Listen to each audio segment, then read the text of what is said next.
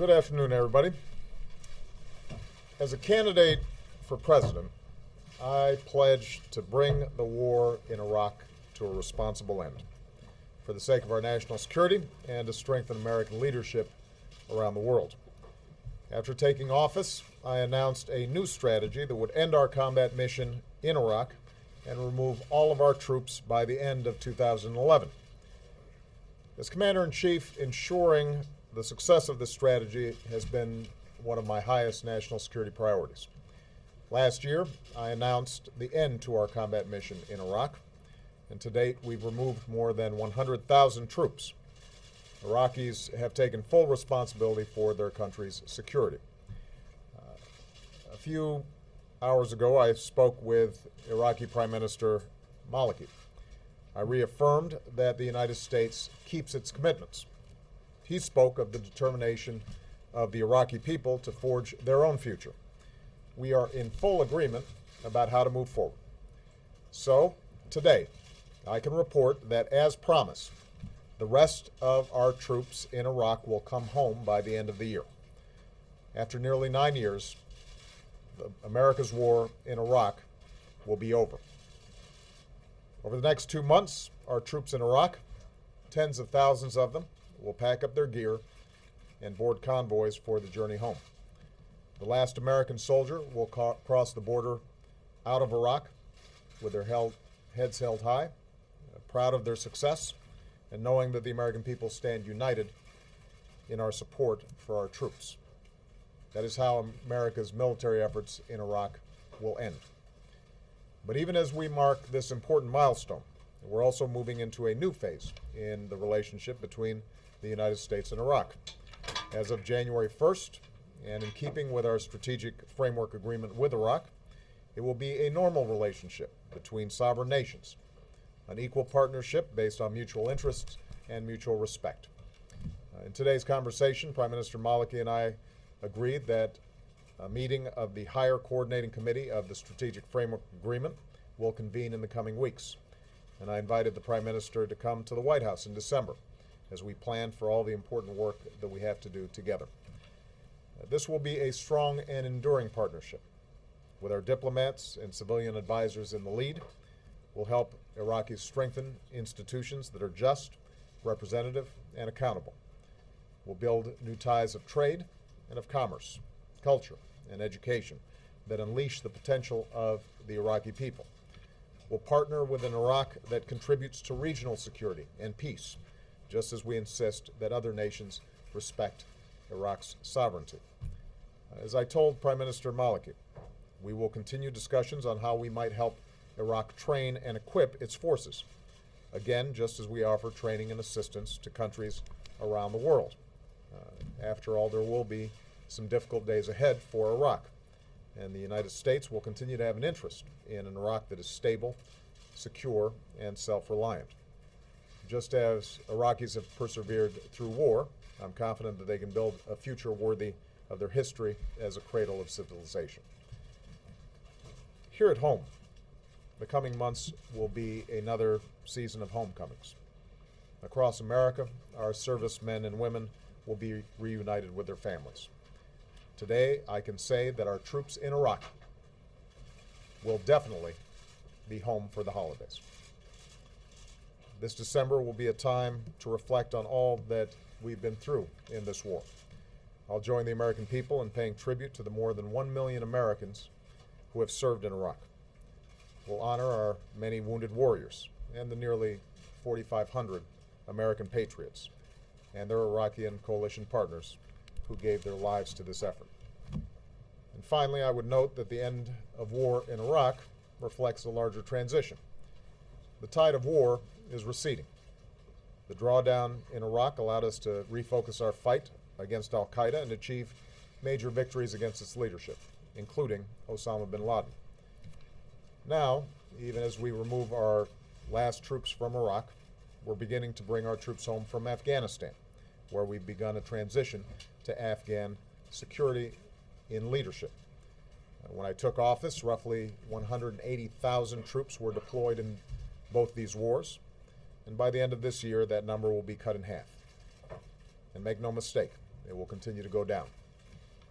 Meanwhile, yesterday marked the definitive end of the Gaddafi regime in Libya. And there, too, our military played a critical role in shaping a situation on the ground in which the Libyan people can build their own future. Today, NATO is working to bring this successful mission to a close. So to sum up, the United States is moving forward from a position of strength. The long war in Iraq will come to an end by the end of this year. The transition in Afghanistan is moving forward, and our troops are finally coming home. As they do, fewer deployments and more time training will help keep our military the very best in the world. And as we welcome home our newest veterans, we'll never stop working to give them and their families the care, the benefits, and the opportunities that they have earned. This includes enlisting our veterans in the greatest challenge that we now face as a nation, creating opportunity and jobs in this country. Because after a decade of war, the nation that we need to build, and the nation that we will build, is our own. An America that sees its economic strength restored, just as we've restored our leadership around the globe. Thank you very much. Okay, ladies and gentlemen, thanks for being here this afternoon. We're going to continue with the briefing here. I have with me the President's Deputy National Security Advisor, Dennis McDonough, on my left, and on my right, the Vice President's National Security Advisor, Tony Blinken. And they are here to take your questions about the announcement the President just made. After that, why don't we give your questions to them on that subject or other subjects they may be able to help you with, and then I will remain to take your questions on other subjects. Gentlemen? Do you call it? I'll call in, but Dennis, let me say. Ready to roll? Okay. Dennis, 9 years complete withdrawal is in the White House's assessment. Is this a victory for the United States? And if I could follow up just on if you could answer that, and then I could follow up. Well, I think one of the more poignant moments in the civets downstairs, the secure video conference, was when President Obama congratulated Prime Minister Maliki and the people of Iraq for getting to this momentous moment. And when, importantly, Prime Minister Maliki congratulated President Obama and our troops and our diplomats for all they've done. So when the President laid out a vision for the future of Iraq in February 2009 down in Camp Lejeune, many of you were there, he said what we're looking for is an Iraq that's secure, stable, and self-reliant, and that's exactly what we got here. So there's no question this is a success. And specifically, long discussions over the issue of immunity. Had that issue been resolved, would the President have preferred to have had trainers remain, U.S. trainers, U.S. troops remain there as trainers? What the President preferred was for the best relationship for the United States and Iraq going forward. That's exactly what we have now as a result of the painstaking work of, importantly, our commanding general there, Lloyd Austin, our ambassador, Jim Jeffrey. And what we've done over the course of these last 3 years is the President's indicated his not only commitment to fulfilling that security agreement, but also his willingness to hear out the Iraqis on what kind of relationship they want to have going forward. So we talked about immunities, there's no question about that, but the decision and the President will insist on our troops having what they need no matter where they are. But the bottom line is the decision that you heard the President talk about today is reflective of his view and the Prime Minister's view of the kind of relationship that we want to have going forward. That relationship is a normal relationship that's based on a diplomatic lead, a civilian presence in the lead, but also will have important security components as our relationships diplomatically all around the world have, from Jordan to Egypt to Colombia to other countries that have similar kinds of security components. So we feel like we got exactly what we needed to protect our interests, and the Iraqis feel the same way. You guys are confident that the Iraqi security forces are very well equipped to take the lead without any further assistance or training? Well, I think we feel very proud of the work that our guys have done, civilian and military have done in training the Iraqis. I think, importantly, they've worked together over the course of these last several years, not only trained together but also deployed, partnered together very robustly. And I think as we've done this, and Tony can attest to this as well, as we've done very intensively, frankly, over the course of the last 7 or 8 months, a full review of where we stand with the Iraqis, one assessment after another about the Iraqi security forces came back saying these guys are ready, these guys are capable, these guys are proven.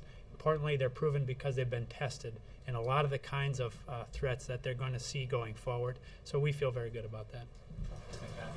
Even though the troops are coming home, major attacks continue in Iraq. You do feel that, as you said, that the Iraqi security forces are prepared for that. But what was the holdup? What prevented an agreement being reached on keeping trainers behind when so many independent analysts, as well as U.S. officials, said training was essential to get those troops in order?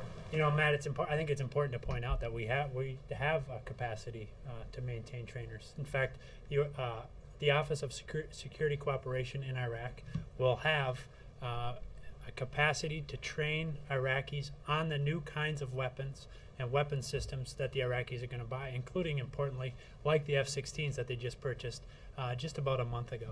So we will have a training capacity there.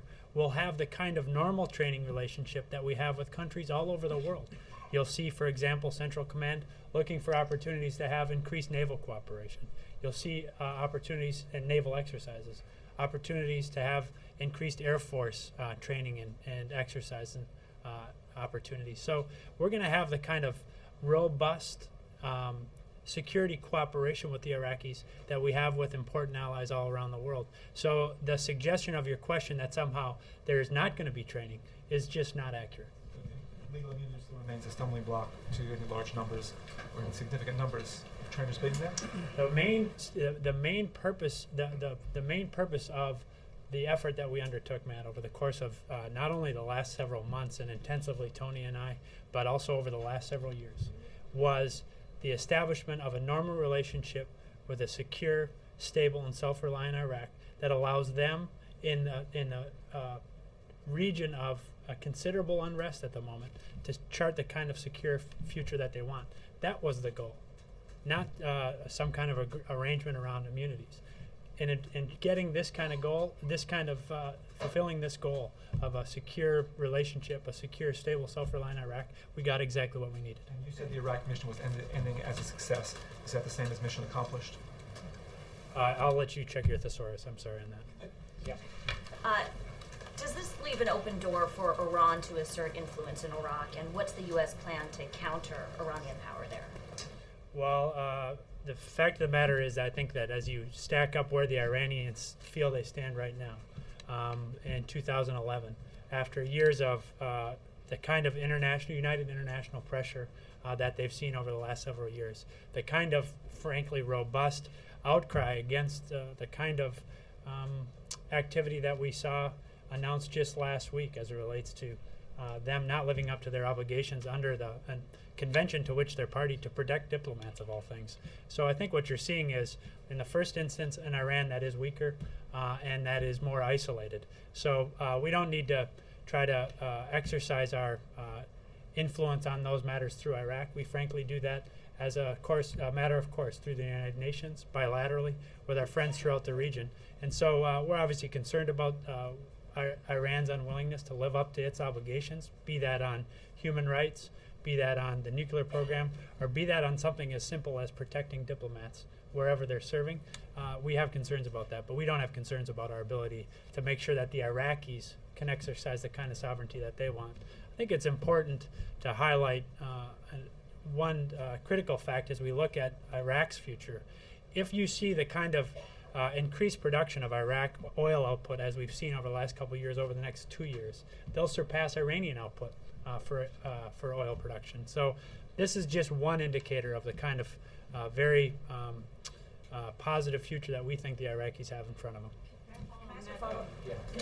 How can you be assured of the security of the diplomats and the contractors who will stay in Iraq? Well, it's something that we're spending a great deal of time on. And obviously we've insisted that for our diplomatic presence there, incidentally, we'll maintain an embassy there. We have embassies all around the world. Other countries have embassies all around the world. So we'll we have to assume a basic amount of protections for our people, and that's what we're communicating to the Iraqis. The president underscored to Prime Minister Maliki that we continue to insist that the Iraqis help us in the protection of our diplomats as well. But as we look at that presence, we're going to ensure the kind of standard protections of our diplomatic personnel, to include Marine security detail and stuff like that. We have embassies all around the world. But we'll also make sure that working with contractors and otherwise, we can have the kind of protection that our guys are going to need. Okay. Do you guys have any sort of estimate as to how many security contractors are going to be left behind or will be in Iraq? We have some estimates. I think it's around 4,000 to 5,000 security contractors in various forms of security, be that for site security. Remember, we have at least 3 diplomatic posts. We have a consulate down in Basra. We have a consulate up in Erbil, and then we have the embassy in Baghdad. And then obviously we're going to have our people driving around and everything else. So you guys see even around here that we have everybody has their security details. We'll obviously continue to negotiate this with the Iraqis, but we'll make sure that we have the kind of presence that we need, both as it relates to their fixed site security, but also in their ability to move around and do their jobs. I'm sorry, Jay, can I just ask one more question? I'm sorry. It's just, it was just 5 or 6 years ago, and I understand it's been a lot of progress since then, but just 5 or 6 years ago, that there was concern that civil war was going to break out in Iraq. I'm wondering what concerns do you have about how secure the Sunnis or Kurds or any other minority group will be in this new sovereign state? Jake, I think what we've seen is that politics has taken hold in Iraq. That's been the big story over the last 2 to 3 years. And increasingly, Iraqis are figuring out how to resolve their differences through a political process. And it's not always pretty, it's not always linear, but they work through their problems through the political system. And that has taken a lot of the fuel out of the sectarian problem. The other thing I think it's worth pointing out is that, of course, there continues to be a real security challenge in Iraq, but you've got to put it in context. If you will go back to 2007, early 2008, there were about 1,500 security incidents every week. Now we're down to around 100 a week. So we've seen more than a tenfold decrease, and this has been sustained over the last couple of years. So the bottom line is, we think that because the Iraqi security forces are increasingly competent and capable of dealing with internal security, and because of the emergence of politics as the basic way of doing business, the sectarian fuse, you can never say never, but it's unlikely or less likely certainly to be lit again. Tony, I'll ask. 8 years, $1 trillion, 44 of our men and women dead, 32,000 wounded. Was this war worth it? History is going to have to judge that. I don't think any of us can judge that now. What we can say is that our troops have performed remarkably over that period, and our diplomats are doing the same. And the result of that is that today we're at a place where, as Dennis said, Iraq is emerging as a secure, stable, and self-reliant country. And that was President Obama's goal. But as to the rest, that's really up to history. And can I ask a question on Pakistan? The Secretary, of course, was just there along with others. Was there any reassurance from the Pakistanis that they would stop support to the Haqqani network? What was achieved? Well, we'll leave the Secretary to read out her trip. It was obviously a very important trip, high-level trip that included many of her colleagues, our colleagues from the National Security Council, the Chairman of the Joint Chiefs, obviously the others in the National Security Council. So we're, in the first instance, very appreciative of the Secretary leading this effort. Secondly, obviously the breadth of the delegation that the Secretary led to Pakistan underscores not only the importance we attach to the relationship, but also the importance we attach to our ongoing concerns about the security situation, not just in Pakistan, but also in Afghanistan. So as it relates to the particular conclusions of the visit, we'll leave that to the Secretary and her delegation to read out. But I think the President obviously is very appreciative of the fact that the Secretary led the delegation, and that the delegation itself, its makeup, and its seriousness underscored to the Pakistanis the strength of our conviction about these matters. Can I ask, Dennis, the mechanics for people watching and trying to see when the President says your family would be home for the holidays? How is this going to happen? How does it break down? How quickly are people going to get home? How do you do it in a responsible way so they don't rush out? How does it break down? Well, Ed, I'm going to leave that to the Pentagon to brief it. I will just make one comment about this. I happened to be in Iraq over the weekend and was able to see some of the things that General Austin and his team are effectuating on the ground.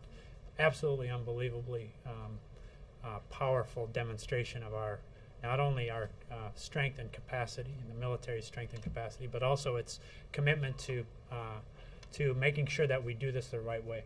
So you're seeing every piece of equipment very closely accounted for. It's being accounted for. It's being then assigned to where it's going to end up. It's a degree of carefulness and scrutiny to this effort that I think, as with the rest of this effort, and as Tony suggested, makes all of us very proud and frankly very appreciative of what they're doing. Can I ask a quick follow on Libya, which is this video that's emerged that appears that Gaddafi was alive, he was injured, he's dragged around, he's beaten up. Nobody's going to stand up for Gaddafi, bad guy, but Saddam Hussein was as well. And after he was killed, there was some concern on, there was a lot of anger on the Arab street about how it all played out. And now the UN is talking about investigating exactly what happened. Are there concerns here about what happened on the ground in Libya, and are you going to back the UN investigation to figure all of that out?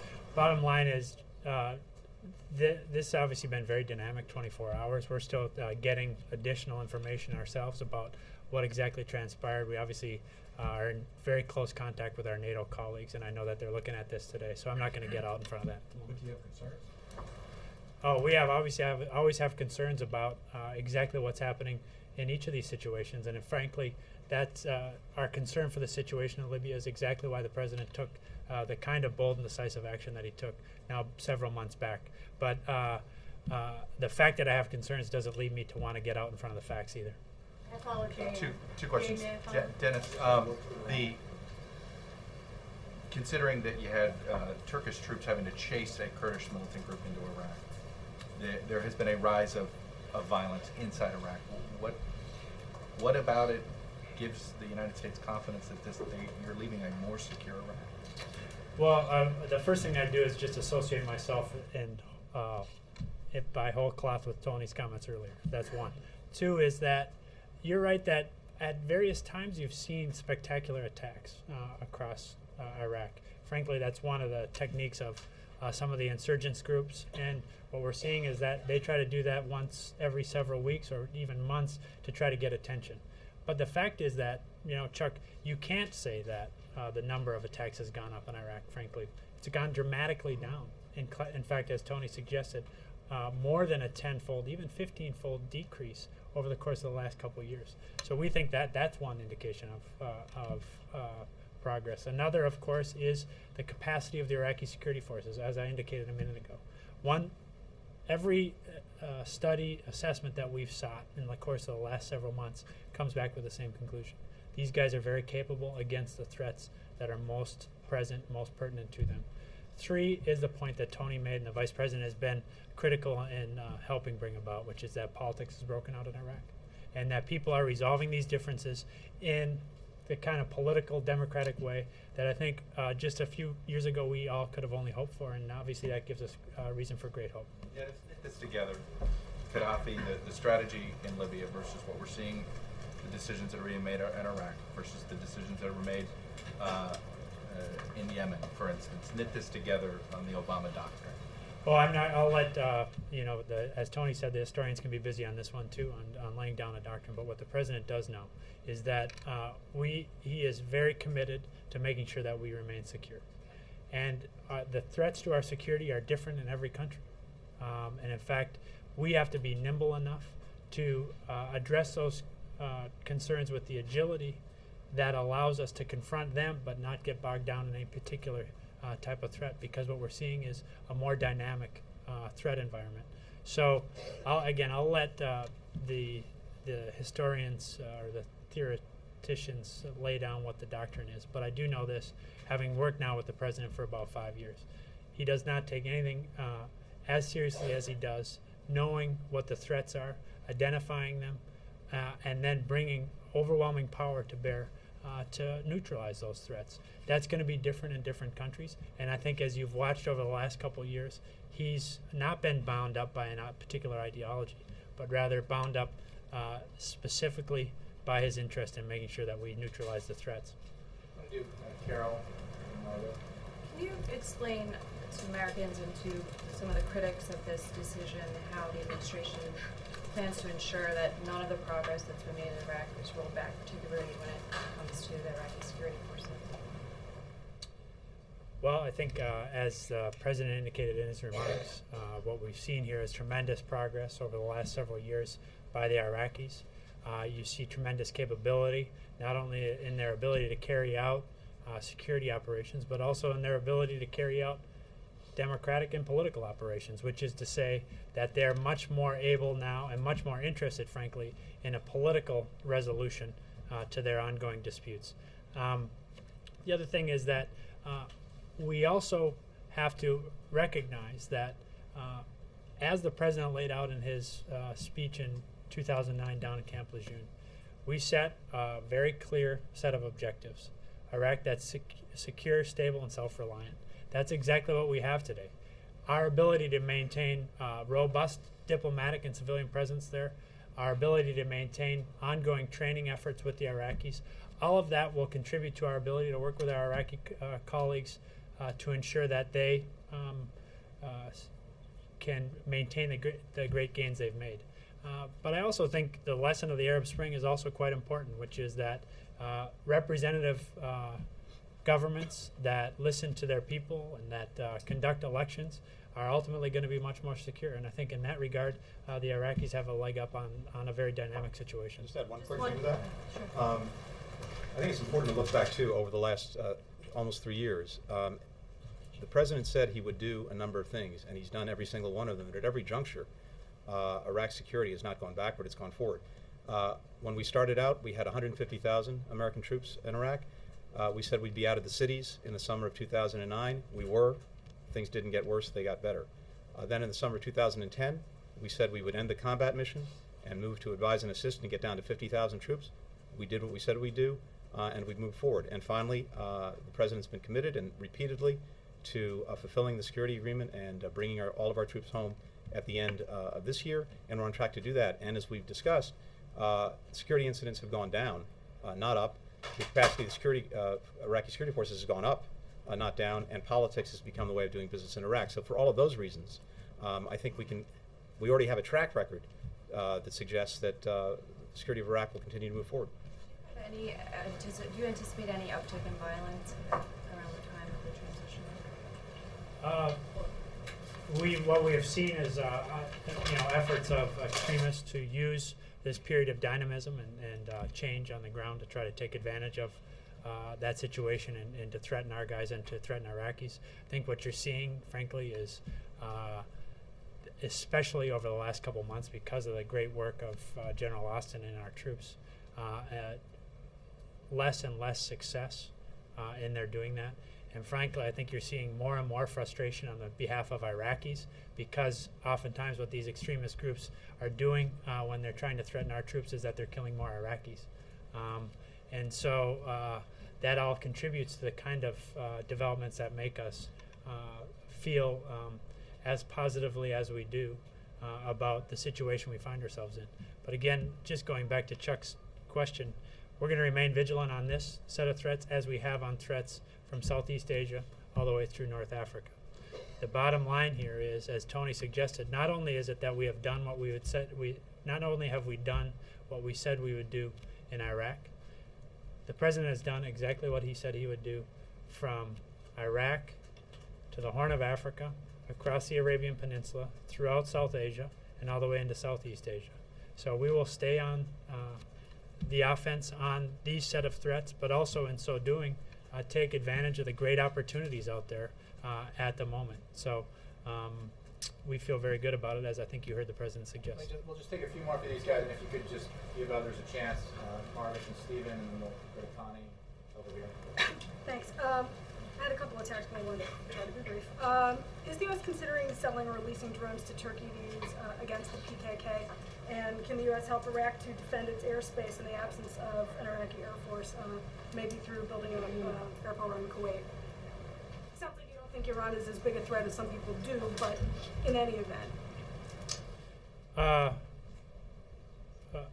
on Iran, I think we obviously, President's very clear about what we expect from the Iranians. So I'm not sure how you're characterizing my view of the Iranian threat, but I just want to be very clear. We have big expectations that the Iranians live up to their obligations under the in the international community, be that human rights, be that nuclear responsibility, or be that even something as simple as protecting diplomats. Secondly, as it relates to Turkey, we obviously, as you heard or as you saw, the President express significant concern about the attack in southeastern Turkey earlier this week. We're obviously staying in close touch with our Turkish allies, but I don't have anything specific to announce for you right now. As it relates to Iraqi air sovereignty, we're obviously going to continue to work with the Iraqis as it relates to the full range of security and training opportunities or needs that they assess that they have. But we can do that fully within the context of a fully normalized relationship of the type that the President laid out a couple minutes ago. You have a poignant video conference this morning, a poignant moment that you spoke about. It doesn't sound like the conclusion of the video conference was a surprise. Presumably the President had been preparing for today's video conference, but can you talk about why it was sort of a poignant morning for him and maybe what he talked to you guys about in his reflections on today? Well, I'll leave it. Maybe Tony's got something more poetic than I do, but I would just say that I just thought that was a poignant exchange because of what appeared to me to be genuine appreciation on behalf of the Iraqi Prime Minister for all of the sacrifice. In fact, he called out all the sacrifice that our troops and their families have, and our diplomats and their families have put on the line for Iraq's future. That's not new to me as it relates to the President of the United States. He obviously has lived this and expresses it quite vividly on numerous occasions that I've seen. But I just thought it was an important moment where the two leaders expressed their view that having set out together on this effort about 3 years ago now, they feel like they've gotten to a very important point where they can take this next step pursuant to this agreement, but also then continue forward with the kind of robust partnership that I think they've recognized our troops and our diplomats have built over the last several years. Yep. Dennis, does the President support the Turkish incursion into northern Iraq? I'm not going to get into the specifics on this, but I will say that we've obviously worked very closely with our Turkish friends about their ongoing concerns from such attacks. We've obviously designated certain of the Kurdish forces as designated foreign terrorist organizations, so I'm not going to get into it any more than that. We'll see what the coming days and weeks unfold, but we'll remain in close contact with our Turkish ally. Connie and then Andre. Thank you, Jay. You've made reference at one point to Iraqi oil. Iraq and Libya are very wealthy countries. Will the U.S. ask for financial reimbursement from Iraq and Libya? And also, what do you see as future U.S. relations with Syria now and Hamas? Can you repeat the last question? I'm sorry, I lost you for a second. Syria and Hamas? As it relates to whether we're going to ask for reimbursement, I don't anticipate that. I'm not aware of any plans on that. As it relates to Syria and Hamas, obviously we've been very clear as to what we expect of the Syrians. And so we'll see whether after now several months of allowing themselves to fall into deeper and deeper isolation, whether they make the right choice. But I think the President has been quite clear on this, as has the Secretary of State. What about Hamas in relation? I'm sorry? What about Hamas in regards to this prisoner swap? Again, I think Jay has talked a lot about the prisoner swap over the last couple of days, so I associate myself with his remarks. My question is a logical follow-up to this. Are you offering new aid, new assistance to Iraq or to Libya in light of yesterday's announcement? If yes, how much? If no, then why not? We have a very robust security assistance program with the Iraqis. It's textured. It includes the kinds of things like the foreign military sales that we saw with the F-16 purchase last month, but also other pieces of it. So that's a matter of public record. It's passed every year by Congress, and so we anticipate that being a very important part of this robust and textured important security relationship going forward. As it relates to the Libyans, we're obviously continuing to work with the TNC about what we expect of kind of representative government there. We're working with our partners and our allies to indicate the kind of support we'll provide in the future. But there's no specific changes in our assistance since yesterday. We'll continue to work this one very aggressively. Did the President brief any leaders of Congress prior to this decision? If not, why didn't he, and will he do that now, or is he doing that? What are his plans? We did brief members of Congress. In fact, a number of us were on the phone with Senate and House leadership and other members to brief them on the President's conversation with the Prime Minister and to brief them on what the President intended to say. And of course, all along, over these many weeks and many months, we've been in regular contact with members in both houses on Iraq, on what we were doing, on what we were planning. And the main point is that the President all along has been absolutely consistent in saying what he would do and then doing what he said he would do. And that's where we are today. Was the Speaker's office on that call? I believe so. The Speaker was involved in that? Yeah, I think all the leadership was on. Thank you. Yes. Yes, you mentioned protection for the embassies. Do you have an estimate of how many troops will be kept there to protect embassies? There'll be no troops there to provide security to embassies other than the standard Marine security detail, which we have at embassies in every country in the world. So other than the Marine contingent that provides security, there will be no troops kept in Iraq for security of the embassies. For security of our embassy and the 2 consulates, we'll contract with security contractors to provide the kind of, as I said again, fixed site security as well as movement security when our guys get out and do their job in the country. Yes, about the euro, what kind of leverage do you have, or what kind of help could you give to get to an agreement before Monday? You know, the President's working this, and I know Gene and Secretary Geithner are, so I'm going to just let them work it, and we'll hold our comments on that one. We do last two. Quick question. Although the President's emphasizing the troops coming home at the end of the year, how many should expect to then be redeployed maybe into Afghanistan? Well, I think you heard the President's remarks underscore that we obviously are continuing our effort in Afghanistan, but as he suggested, this number of U.S. troops deployed overseas has now been robustly reduced. So as it relates to the specific deployment schedules, I'll leave that to the Pentagon to brief you through the specifics on that. But fact of the matter is, given that we're looking now at dramatically fewer U.S. troops deployed overseas as a result of these policy choices, I think you can extrapolate from that we'll see a less robust rotational effort. But again, I'm going to leave the Pentagon to comment on the specifics. Last one for these guys, and I'll stay. Thank you, Jay. I would like to ask both gentlemen,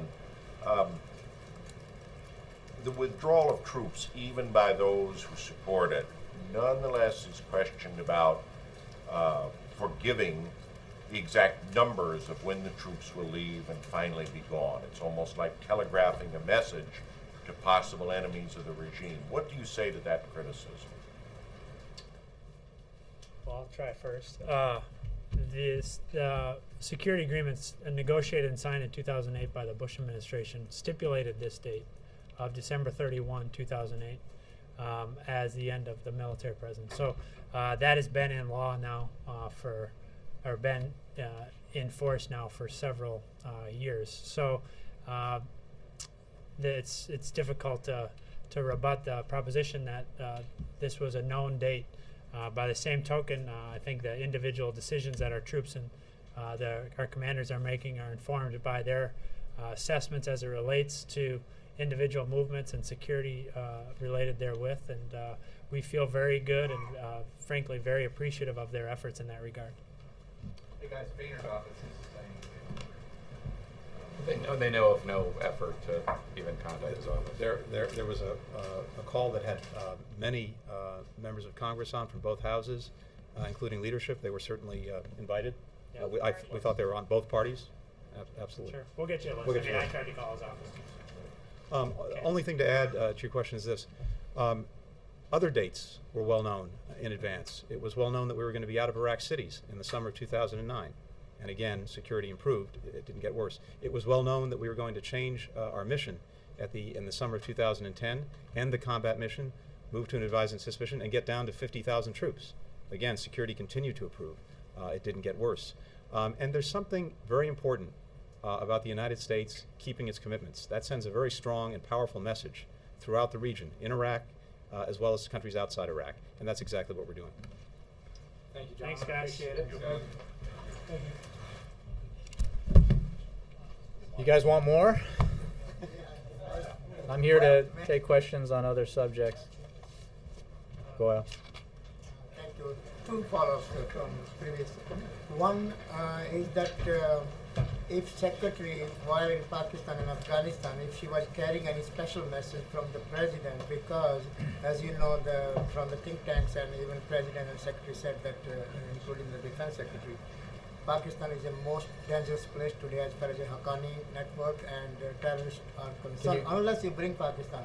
What's the question? So, was there any message the President, she was carrying from the President? Secretary of State was leading a high-level delegation that included the CIA director, the chairman of the Joint Chiefs of Staff, and others, obviously at the direction of the President of the United States. So I will echo Dennis in saying that I'll leave it to those participants to read out their meetings. But of course, this was a mission embarked upon at the direction of the Commander-in-Chief. And second, if I may, as far as Gaddafi's departure or death is concerned now, does President believe now that this is the message for other dictators, including in Saudi Arabia or China or even Iran, because many Iranians are now demonstrating outside the White House for freedom and justice? I think, setting aside the issue of the countries that you named, I think that the lesson that we've seen generally in the Arab Spring and throughout history is that tyrants who do not respond to their people and who in fact murder their own people will not last and should not last. Jay, can you talk about the jobs bill just because, President, obviously we started the week 3 days on the road, 2 key states, selling the bill. The weekends with, not a surprise, but the Senate last night again votes the bill down. Where are we and how does the President get this bill through? Sure, I appreciate that. Ed, as you know, the Senate did vote last night on a provision from within the American Jobs Act that would have put, if passed, up to 400,000 teachers in the classrooms educating our children, as well as putting to work additional police officers and firefighters and other first responders. Once again, we saw an overwhelming percentage of Democrats vote in favor of that, and once again we saw precisely 0 Republicans vote in favor of that. If we lived in a world where majority were to rule in the Senate, I think we could have counted on the Vice President to come and break the tie last night and ensured passage of this measure. The fact of the matter is that Senate Republicans chose, in unison, to vote against a measure that would have put teachers back to work, would have put construction workers on the job, or rather teachers back to work and first responders back to work, rather than asking millionaires and multimillionaires and billionaires to pay a little bit more. That's the choice they made, and that is unfortunate. So the President will continue to make the case that we need to take action to address the biggest challenge in front of us right now as regards our economy, which is an economy that's not growing fast enough and an economy that's not creating enough jobs.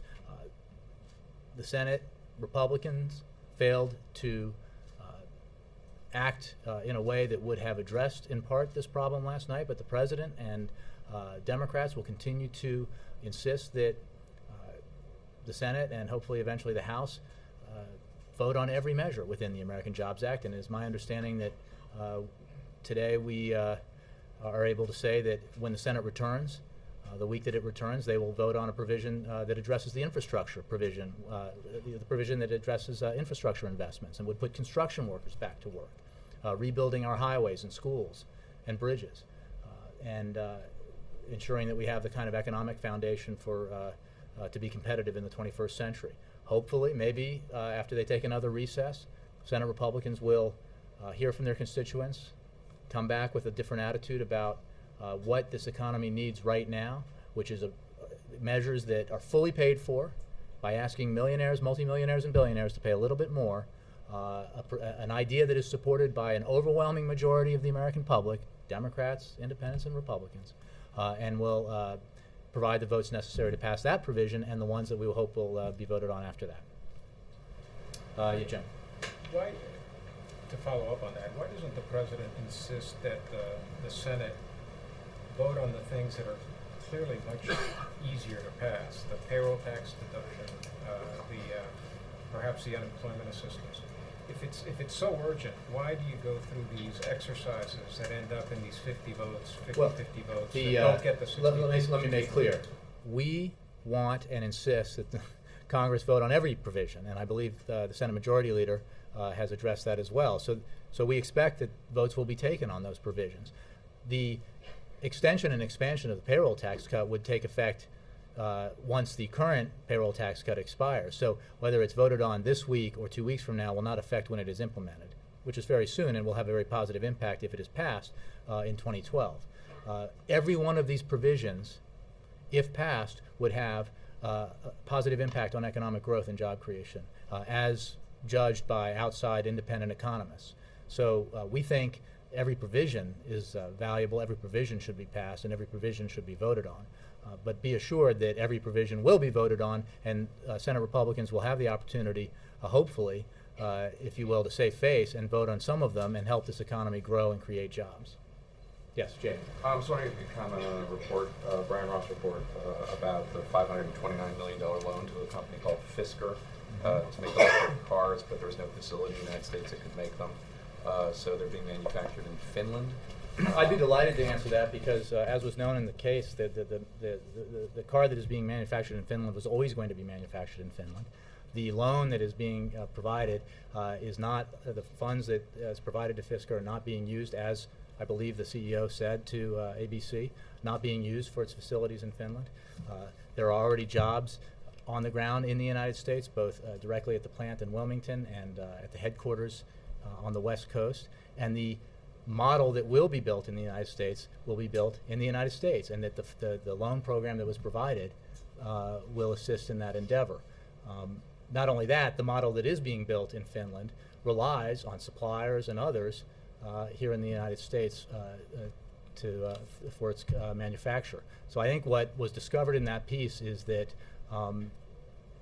this plant is doing exactly what it said it would do. This company is doing exactly what it said it would do.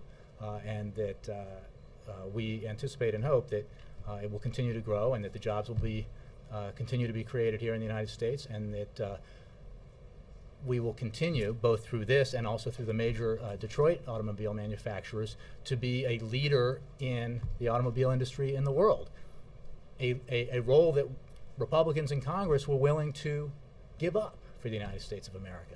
They opposed the president's decision to insist on the restructuring of GM and Chrysler, for example, and to assist them on staying alive and saving more than 1 million jobs in the United States. We think that was the right decision to make, and we think that helping other car manufacturers locate here, build here, create jobs here is a good idea.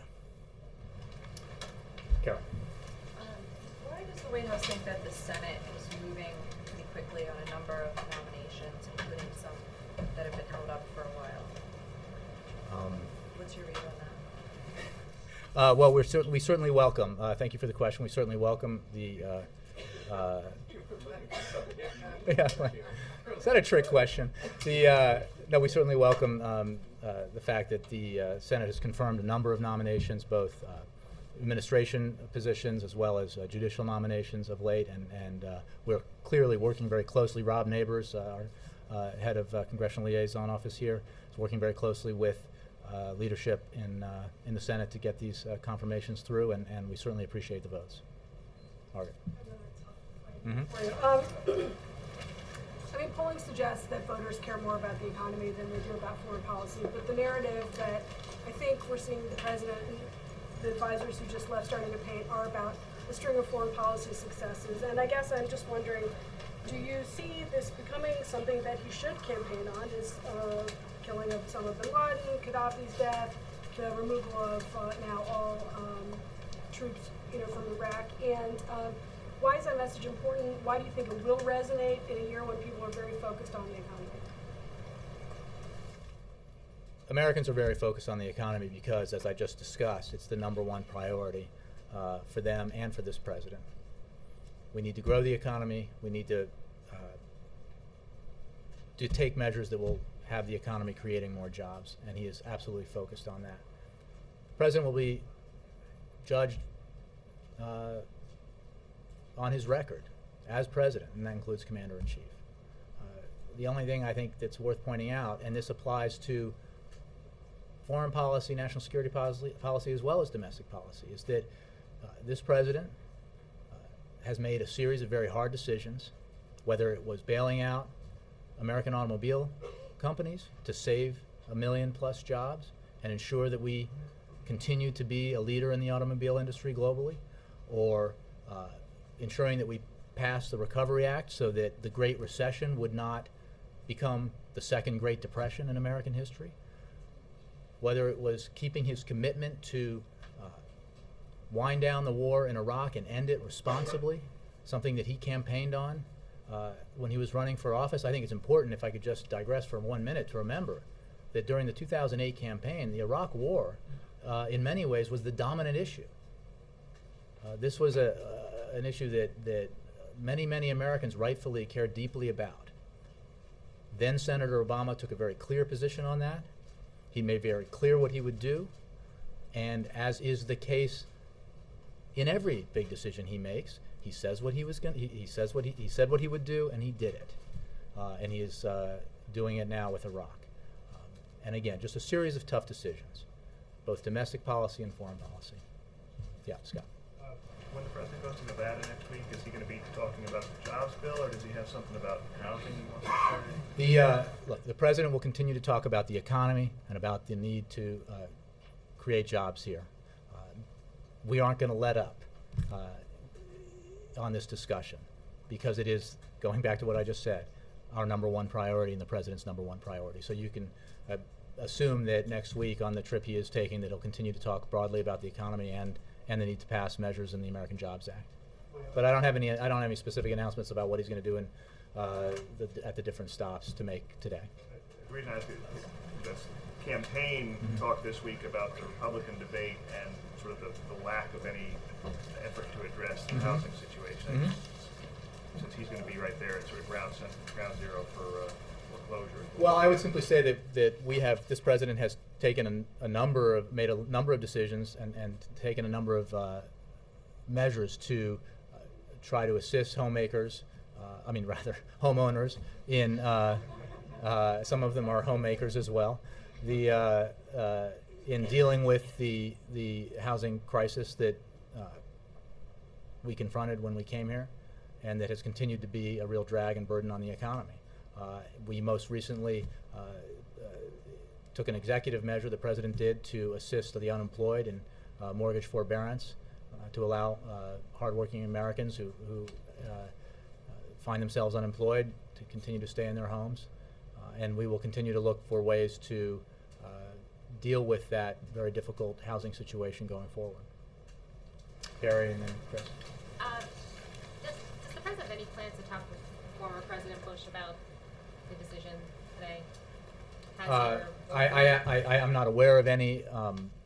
As you know, the president saw former President Bush, George W. Bush, on 9/11. To the point I think that was made earlier, I think in answer to a question from Human Events, the announcement that the president made today is in fulfillment of an agreement that was signed by President Bush to remove all U.S. troops from Iraq by the end of 2011. But I'm not aware of any conversation that's planned. Chris. Jay, last week, gay rights pioneer Frank Kameny died at the age of 86. After being fired from his government job in the 1950s for being gay, he became a leader in the gay rights movement even before the civil rights in 1969 and for many years afterwards. What reaction does the White House have to his passing? I'll have to take that. I'm not aware. I know that he passed away, but I don't have a comment on it. Why the White House didn't put out a statement last week upon his death? I don't know, so I'll have to take the question. Just one last question. There's going to be a public viewing of Kameny on November 3rd at the Smithsonian, and civic leaders are expected to speak. Will the President be open to attending the ceremony? I'm not his scheduler, but Jay, Alexis, yeah. Jay, Last one, Alexis. you were talking about the President going to infrastructure next. On the bus trip, he Well, I think the Senate's going to go to infrastructure Yeah. next. but Well, yeah. that's the next step. So on the bus trip, the President talked about the order in which he expected the Senate to move. And you talked about infrastructure, and then the next after that would be help for the long-term unemployed, and after that, the tax credit for vets, and then after that, the millionaire tax hike. So is that... No. The surtax on millionaires is being is part right, of every but measure. He said on the bus trip that he I wanted think- a vote on that. So I'm just trying to clarify. That's what he means. He wants separate votes on each of those in that order. That's the way he Well, described again, it. the Senate Majority Leader decides the order in which business occurs on the Senate floor. So I will leave it to Senator Reid to make announcements about that. I think it's true that they had the vote last night on teachers and first responders. We're anticipating a vote the week that they get back on infrastructure, and that there remain to be votes on the additional provisions within it, including tax break to hire veterans, payroll tax cut for individuals, payroll tax cut for small businesses, and other provisions on employment insurance. But I don't have an order to give to that, and I would say that, as was the case in the vote last night, that the pay for on all of these is, as the Senate desired, the surtax, the so-called surtax on millionaires, and just apportioned according to the size of the delineated measure within the American Jobs Act. Thanks very much. Oh, I do. One of these days, maybe my last day as press secretary, or last Friday, I will remember to read it before I'm asked. Get those rumors going. On Monday, the President will travel. I'd take that job. I don't know. May not be good. May not be good for Boston. But on Monday, the President will travel to Las Vegas, as we've been discussing, to make remarks on the American Jobs Act. He will also participate in a campaign event while in Las Vegas. In the evening, the President will participate in campaign events in Los Angeles and spend the night there. On Tuesday morning, the President will tape an appearance on The Tonight Show with Jay Leno before departing for San Francisco. In San Francisco, the President will participate in a campaign event. In the afternoon, the President will travel to Denver and participate in campaign events. He will spend Tuesday night in Denver, and on Wednesday morning, the President will deliver remarks on the American Jobs Act in Denver. That afternoon, the President will return to Washington, D.C. On Thursday, the President will hold a bilateral meeting with the Prime Minister of the Czech Republic, and on Friday, the President will attend meetings here at the White House. Thank you all very much. Have a great weekend.